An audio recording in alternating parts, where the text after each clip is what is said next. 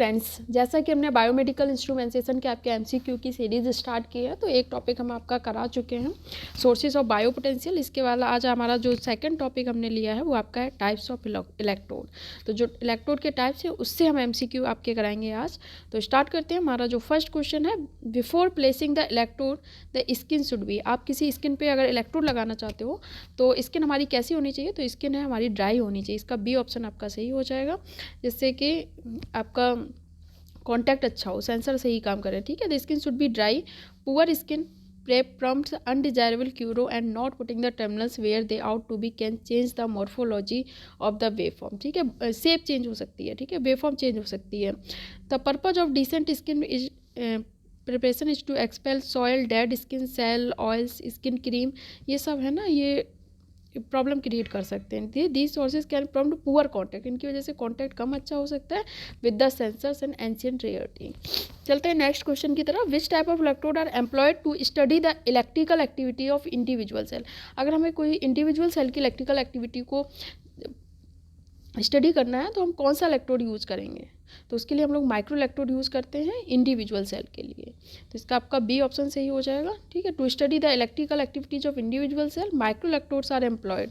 ठीक है, ये जो इलेक्ट्रोड है इस छोटे होते हैं साइज में, enough with respect to size of the cells. Typical micro electrode का जो साइज होता है 0.5 से 5 माइक्रोन्स के बीच में होता है।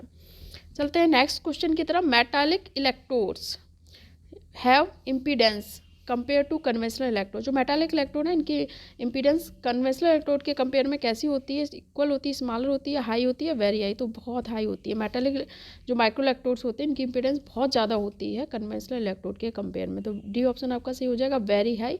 The very high impedance of the metal micro electrode is due to the characteristic of the small area metal electrolyte interface. ये किसकी वजह से होता है? क्योंकि स्मॉल एरिया मेटल इलेक्ट्रोडाइड के बीच में जो इंटरफेस का एरिया होता है वो स्मॉल होता है। ठीक है, because of very high impedance of micro electrode amplifier with extremely high input impedance are required to avoid loading. इसके लिए हमें हाई एम्पलीफायर की ज़रूरत होती है and minimise the effect of small change in interface impedance. Next question है आपका, glass micro capillaries. जो ग्लास माइक्रो कैपिलरीज होते हैं उनको हम प्रेफर करते हैं over metallic electrodes because of the format. किसकी वजह से? क्योंकि जो ग्लास माइक्रो कैपिलरीज होते हैं इनके अंदर एबिलिटी होती है to sustainable current carrying capacity. ठीक है, has sustainable current carrying capacity रखते हैं ग्लास माइक्रो कैपिलरी, इसलिए हम इनको प्रेफर करते हैं मेटालिक इलेक्ट्रोड के कंपैरिजन में। डिटेल में आपका मैंने यहाँ लिखा हुआ है।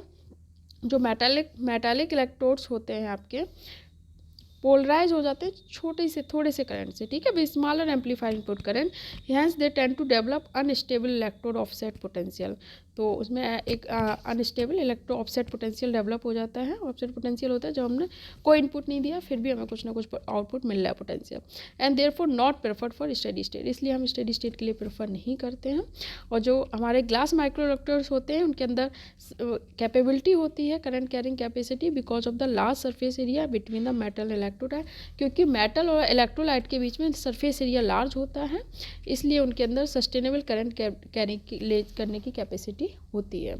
ठीक, और ये स्मॉलर एम्पलीफायर इनपुट करंट से पोलराइज हो जाते हैं, इसलिए हम उनको अवॉइड करते हैं। नेक्स्ट क्वेश्चन है, which of the following metal is preferred for manufacturing micro electrodes.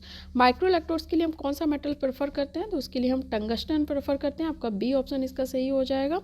तो इसका एक्सप्लेनेशन भी यहाँ लिखा है। टंगस्टन को हम प्रेफर करते हैं due to its mechanical strength, क्योंकि ये मजबूत होता है, मैकेनिकल स्ट्रेंथ इसकी अच्छी होती है। And apparent inertness, Aldous tungsten itself is a reactive, जबकि ये खुद रिएक्टिव होता है। Surface layer of tungsten oxide will in most situation protect the metal against corrosion. तो ये जंग से भी मेटल को बचाता है। नेक्स्ट क्वेश्चन है, which of the following electrode, इनमें से कौन सा इलेक्ट्रोड है manufactured by circumferential application of heat to a small area of glass tubing and pulling the glass when it gets soft. मतलब इनमें से कौन सा इलेक्ट्रोड इस तरह से बनाया जाता है कि इसके एक छोटे से एरिया को हम हीट देते हैं ऑफ ग्लास ट्यूब एंड फिर उसको हम ग्लास को खींच लेते हैं जब ये सॉफ्ट हो जाता है। तो ये आपका होता है माइक्रोपिपेट। माइक्रोपिपेट इस तरह से बनाई जाती है। इसका सी ऑप्शन आपका सही हो जाएगा।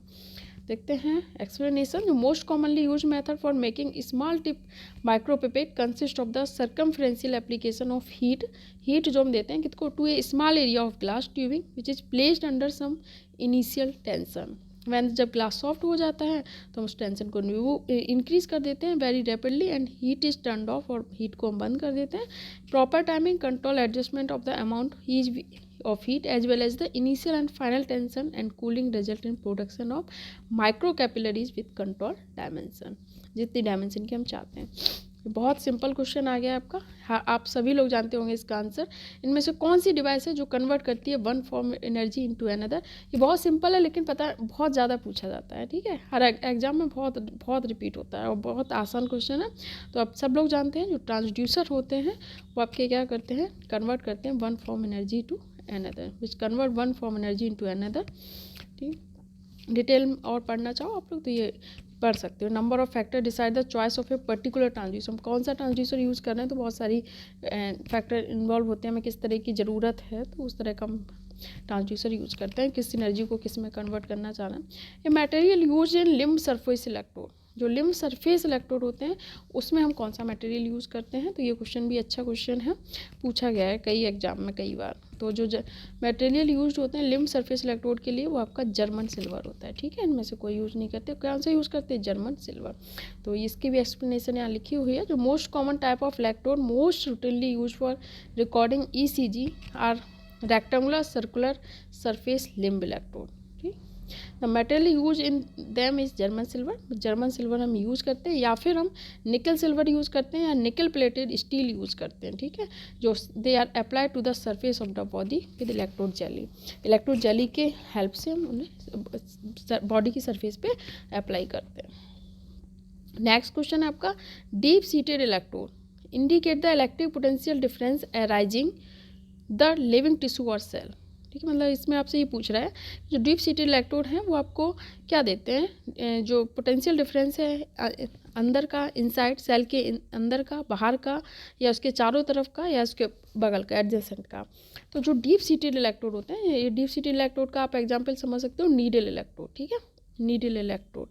तो नीडल इलेक्ट्रोड किसका देते हैं, अंदर का, सेल के अंदर का. ठीक, तो ये आपको हो जाएगा इनसाइड ऑफ द इलेक्ट्रोड. ठीक, इस एक्सप्लेनेशन मैंने यहाँ लिख दी है. जो डीप सीटेड इलेक्ट्रोड होते हैं वो इंडिकेट करते हैं electric potential difference inside the living tissue और सेल, लिविंग टिश्यू या सेल के अंदर का.